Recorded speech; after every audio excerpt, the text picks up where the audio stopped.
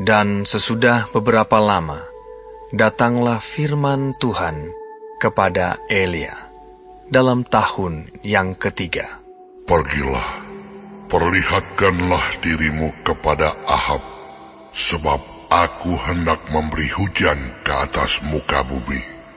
Lalu pergilah Elia memperlihatkan diri kepada Ahab. Adapun kelaparan itu berat di Samaria. Sebab itu Ahab telah memanggil Obadya yang menjadi kepala istana. Obadya itu seorang yang sungguh-sungguh takut akan Tuhan. Karena pada waktu Isabel melenyapkan nabi-nabi Tuhan, Obadya mengambil 100 orang nabi, lalu menyembunyikan mereka 50-50 sekelompok dalam gua, dan mengurus makanan dan minuman mereka. Ahab berkata kepada Obadya, "Jelajahilah negeri ini, dan pergilah ke segala mata air dan ke semua sungai. Barangkali kita menemukan rumput, sehingga kita dapat menyelamatkan kuda dan bagal, dan tidak usah kita memotong seekor pun dari hewan itu." Lalu mereka membagi-bagi tanah itu untuk menjelajahinya. Ahab pergi seorang diri ke arah yang satu, dan Obadya pergi ke arah yang lain. Sedang Obadya di tengah jalan, ia bertemu dengan Elia.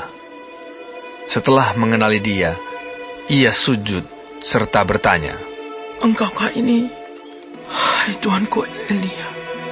Jawab Elia kepadanya, "Benar, pergilah, katakan kepada tuanmu, Elia ada." Tetapi jawab Obadya, "Apakah dosa yang telah kuperbuat? Maka engkau hendak menyerahkan hambamu ini kepada Ahab, supaya aku dibunuhnya. Demi Tuhan Allahmu yang hidup, sesungguhnya tidak ada bangsa atau kerajaan yang tidak didatangi suruhan tuanku Ahab untuk mencari engkau. Dan apabila orang berkata, ia tidak ada, maka ia menyuruh kerajaan atau bangsa itu bersumpah bahwa engkau tidak ditemukan di sana. Dan sekarang engkau berkata, pergilah, katakan kepada tuanmu, Elia ada. Mungkin terjadi apabila aku sudah pergi daripadamu, Roh Tuhan mengangkat engkau ke tempat yang tidak kuketahui. Kalau aku sampai kepada Ahab untuk memberitahukannya, dan engkau tidak didapatinya, tentulah ia akan membunuh aku. Padahal hambamu ini dari sejak kecil takut akan Tuhan. Tidakkah diberitahukan kepada tuanku apa yang telah kulakukan pada waktu Isabel membunuh nabi-nabi Tuhan? Bagaimana aku menyembunyikan 100 orang nabi-nabi Tuhan dalam gua, 50-50 sekelompok, dan mengurus makanan dan minuman mereka. Dan sekarang, mengapa engkau ini berkata, pergilah, katakan kepada tuanmu, Elia ada. Ia pasti akan membunuh aku. Jawab Elia, "Demi Tuhan semesta alam yang hidup, yang kulayani, sesungguhnya hari ini juga aku akan memperlihatkan diri kepadanya." Lalu pergilah Obadya menemui Ahab dan memberitahukan hal itu kepadanya. Kemudian Ahab pergi menemui Elia. Segera sesudah Ahab melihat Elia, ia berkata kepadanya, "Engkaukah itu yang mencelakakan Israel?" Jawab Elia kepadanya, "Bukan aku yang mencelakakan Israel, melainkan engkau ini dan kaum keluargamu, sebab kamu telah meninggalkan perintah-perintah Tuhan, dan engkau ini telah mengikuti para Baal. Sebab itu, suruhlah mengumpulkan seluruh Israel ke Gunung Karmel. juga nabi-nabi Baal yang 450 orang itu, dan nabi-nabi Asyera yang 400 itu, yang mendapat makan dari meja istana Yezebel. Ahab mengirim orang ke seluruh Israel dan mengumpulkan nabi-nabi itu ke Gunung Karmel. Lalu Elia mendekati seluruh rakyat itu dan berkata, "Berapa lama lagi kamu berlaku timpang dan bercabang hati? Kalau Tuhan itu Allah, ikutilah Dia. Dan kalau Baal, ikutilah dia." Tetapi rakyat itu tidak menjawabnya sepatah kata pun. Lalu Elia berkata kepada rakyat itu, "Hanya aku seorang diri yang tinggal sebagai nabi Tuhan. Padahal nabi-nabi Baal itu ada 450 orang banyaknya. Namun, baiklah diberikan kepada kami 2 ekor lembu jantan. Biarlah mereka memilih seekor lembu, memotong-motongnya, menaruhnya ke atas kayu api. Tetapi mereka tidak boleh menaruh api. Aku pun akan mengolah lembu yang seekor lagi, meletakkannya ke atas kayu api, dan juga tidak akan menaruh api. Kemudian, biarlah kamu memanggil nama Allahmu, dan aku pun akan memanggil nama Tuhan. Maka Allah yang menjawab dengan api, Dialah Allah." Seluruh rakyat menyahut. Katanya, Baiklah demikian.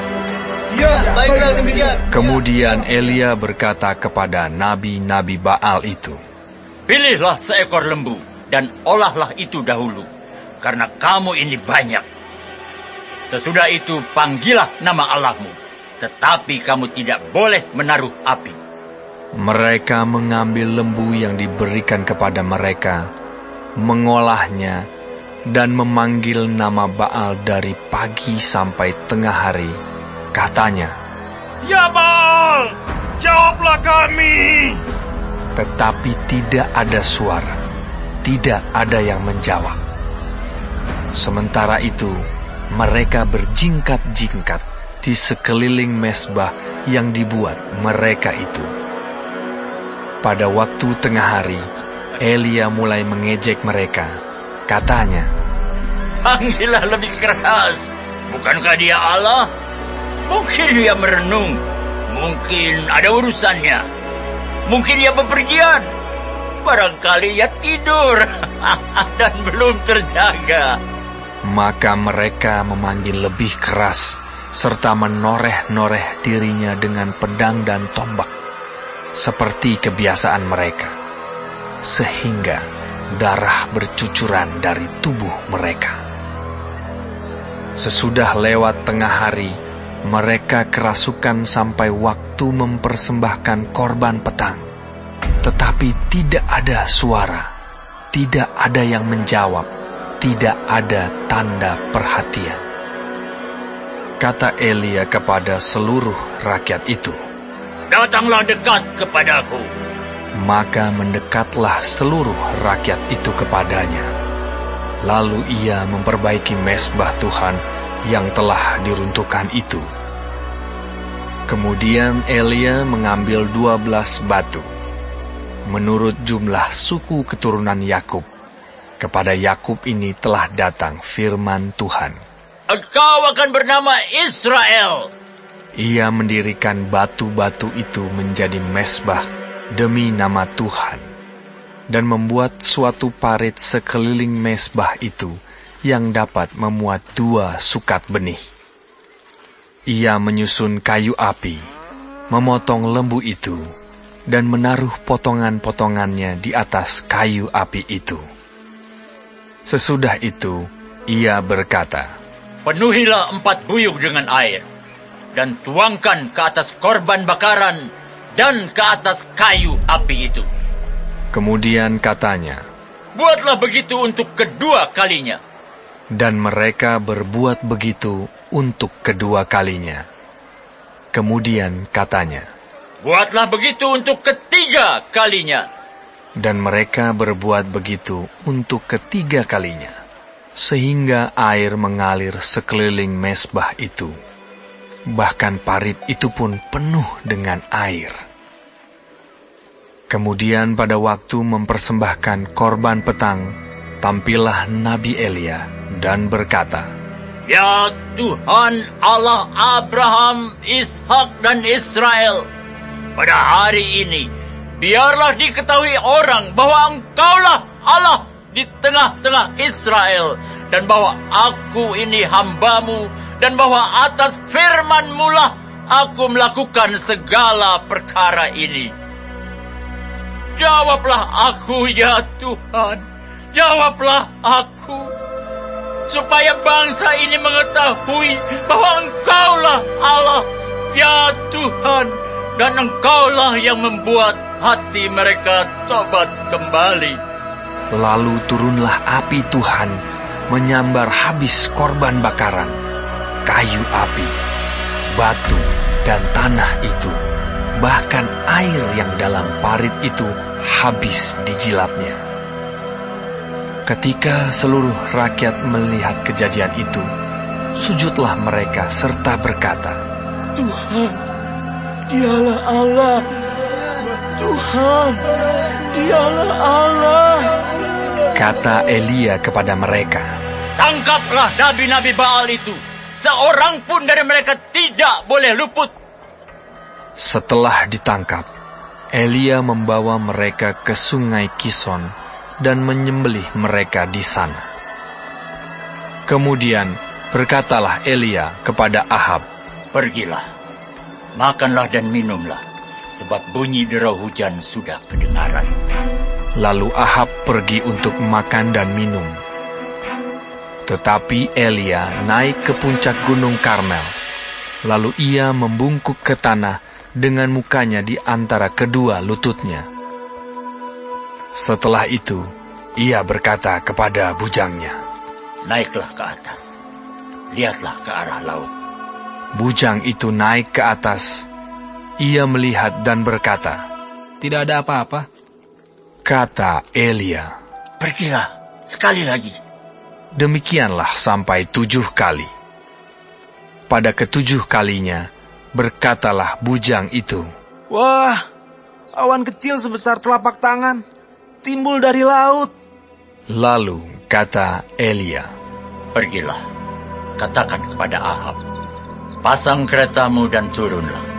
Jangan sampai engkau terhalang oleh hujan." Maka dalam sekejap mata, langit menjadi kelam oleh awan badai. Lalu turunlah hujan yang lebat. Ahab naik kereta, lalu pergi ke Yisrael. Tetapi kuasa Tuhan berlaku atas Elia. Ia mengikat pinggangnya dan berlari mendahului Ahab sampai ke jalan yang menuju Yisrael.